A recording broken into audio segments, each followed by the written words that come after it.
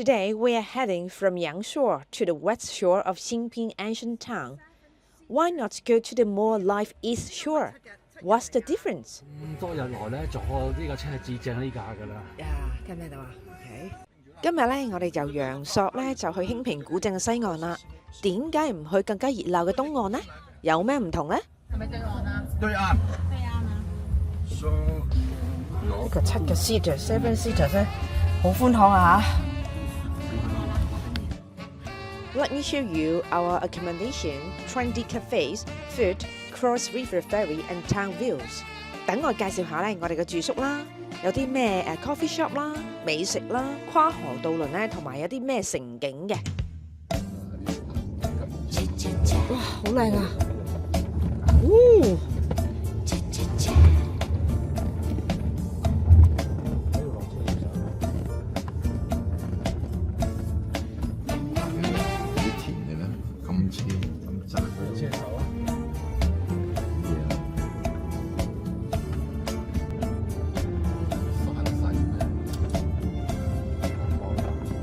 ！It takes about 50 minutes ride.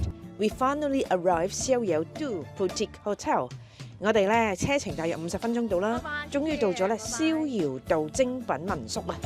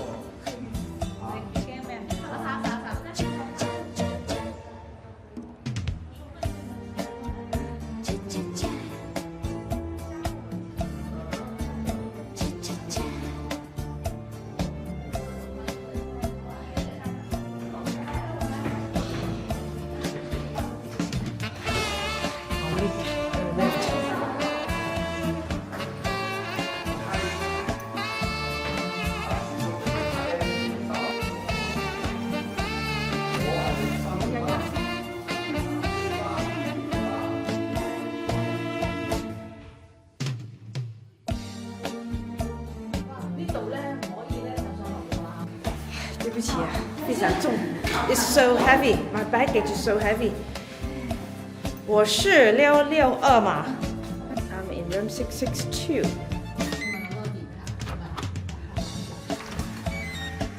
Oh, the same. The room 同佢哋間房係一樣嘅，一樣㗎，同你係。I have changed to room 333，我就轉咗333號房啦。This room，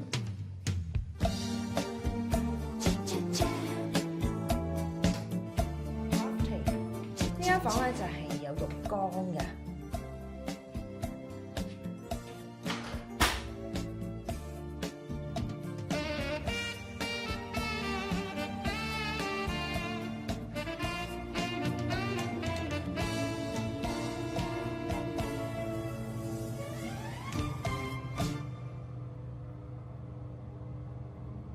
There's no shops, no restaurants in this territory, but another peaceful in the world.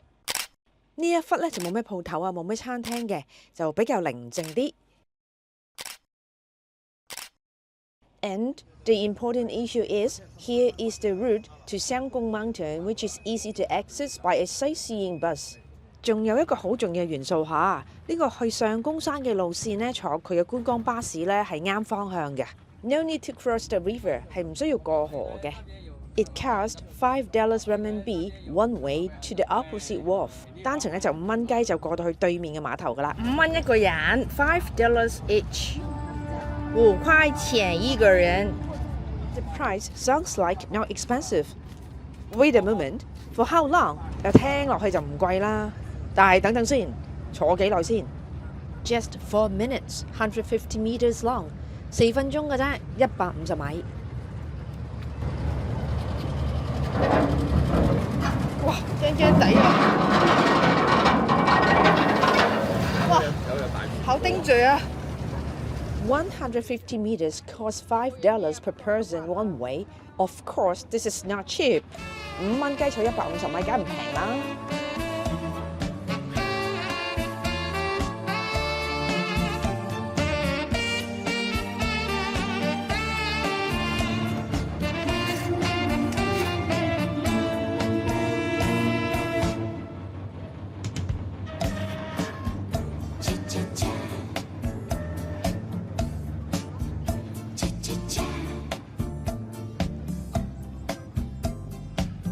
Actually, the East Shore is a very different world by just 150 meters away.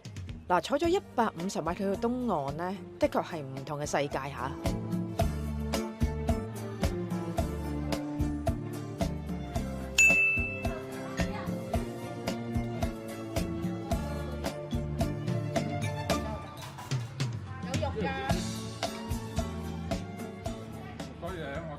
Shopping street, restaurants, non-stop flow of people。呢度咧一落碼頭就係條商店街嚟嘅，有餐廳啦，咁啊人流咧就川流不息㗎啦。Many tourist group experience noise pollution when they visit。呢度咧就好多旅行團參觀嘅，咁所以咧就好鬼多噪音嘅。This cafe is such a beautiful Chinese retro photo spot, decorated in traditional style, worth to visit。呢間 coffee shop 咧係一個幾靚嘅中國復古拍照點嚟嘅，咁啊有傳統風格嘅裝修嘅，值得一去嘅。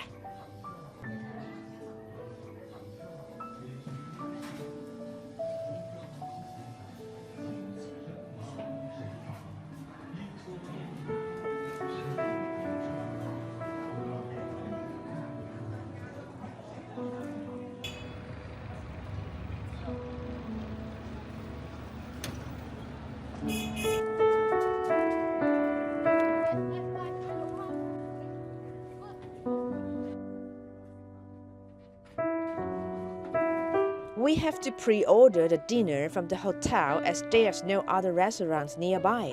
我哋咧一定要同酒店咧提早預訂咗晚餐先，因為咧附近係冇餐廳嘅。